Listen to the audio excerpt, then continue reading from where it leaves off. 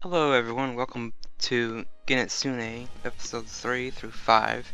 I know it's like a big batch of episodes, but yeah, her life's been hectic for me lately.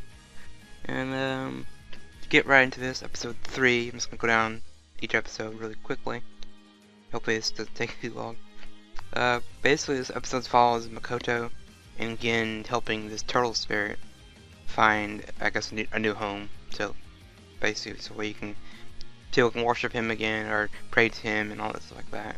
So yeah, this episode's kind of interesting. They show how like these gods are formed, are created. I mean, we learned early in like episode 2 and even in 1 that again, he used to be a fox and he died and basically ascended to I guess god status. I don't know how. There's probably more technical stuff to that, but I mean it's supernatural, so it's kind of interesting how they show the turtle. God was once a regular turtle, and he was run over by a truck or car, and someone just, I guess buried him afterwards, and it helped him, I guess, become a god. So, but Mikoto gets kind of funny. She picks up the turtle and brings it to the shrine, and it's like, what? She just asks her dad, like, where I found this turtle wandering the street, and Gin's like, you don't realize that's God, so put him, treat him with respect, put him down, and everything. So it's pretty funny. And Turtle is kind of an interesting character. He, I guess, doesn't really talk to humans very often, so you found interesting to talk to Makoto for a while. And yeah, it was kind of funny.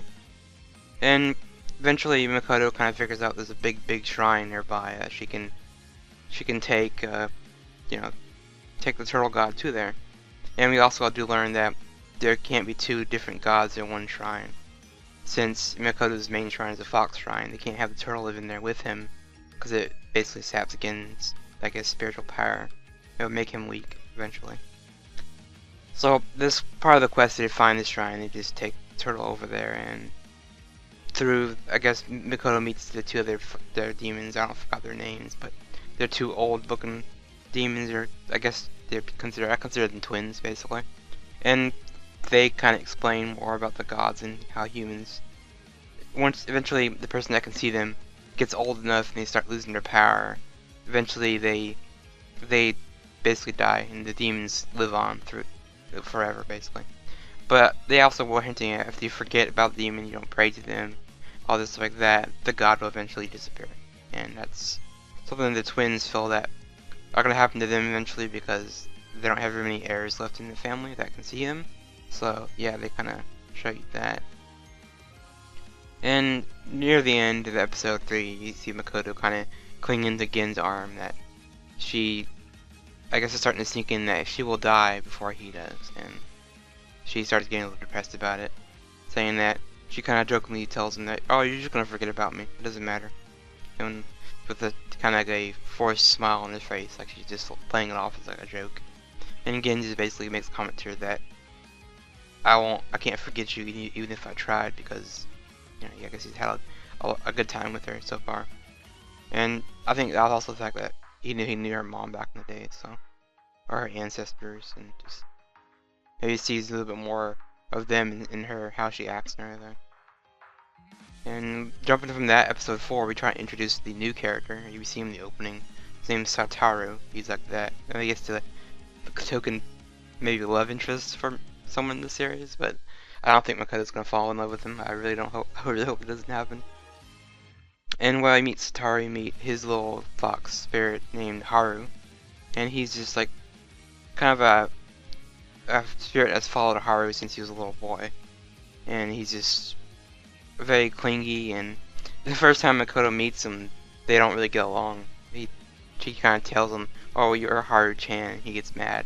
He's like, that's not really showing respect to our god, so he gets kind of angry at her, which is pretty funny. And there's more to like Sataru. I mean, we find out he wants to live on his own. He doesn't want this responsibility of being to see the gods. He hates it, and he just wants to live by himself. And he yells at Haru, so he tells me, leave, get out of here. It's kind of interesting. So you have that, and yeah, they don't really see eye to eye. He tries to convince Gin to let Haru live with him because he's a fox spirit as well. And he's like, no, I'm not gonna do that. because Gin doesn't want to take the responsibility of taking care of him and watching him. But I guess in Gin's eyes, Haru is just a little kid, and everyone else sees that too. Yeah, I mean, and we also get a little peek at Sataru's home life. I guess he was kind of shunned by his power. His adopted parents don't really like him. You know, they kind of push him to the side, like he's a nuisance. I guess it's more like his family takes him in. So they don't really explain, like, I guess he was living with his grandfather at the time, and I guess after he died, they had nowhere to go, so they took him in, and they kind of saw him as a burden. So that's why he kind of looked for a chance to live on his own and just get away from everything. And at the end of episode 4, he kind of yells at Haru to leave him alone. Like, leave me alone, and he runs off. Not knowing, like, last episode 3, if you don't support your god and at least interact with him and pray to him once in a while, he will disappear eventually, so kinda sucks. And episode 5 is more of that Sataru finally realizes, I need Haru and they go look for him. That's kind of the core of the episode. And yeah, they kind of argue. This is like they had a falling out, so they had to fix this somehow. It's pretty funny watching these two just. Eventually, at the end, they come back together and they just start hugging, and they realize, oh, I definitely need you around. So yeah, the majority of the episode is just that Sataru finally coming to realize that I can't live on my own. I need Haru. I need his support. And we learn more about the past. You know, we learned that Haru was a fox, just like the turtle guy. He died and came back to life after his, I guess, great grandfather made it like his burial for him. So he became this god. It's kind of interesting. Eventually, Sataru was born, and he finds Haru, and they kind of, I guess, hit it off, and we see a lot of scenes with them hanging out together. It was nice. And after the touching reunion, we get some little bit of comedy bits with Haru revealing the fact that he's not a boy fox, he's a girl fox. And he gets mad at Makoto for saying, oh, you're so cute, you're Haru-kun, and he just like gets mad like, I'm a girl. That was pretty funny. And yeah, so that does the wrap of the episodes. Episode 6, I'll probably do one episode, would be Sataru meeting Yumi and Hawako, the other girls.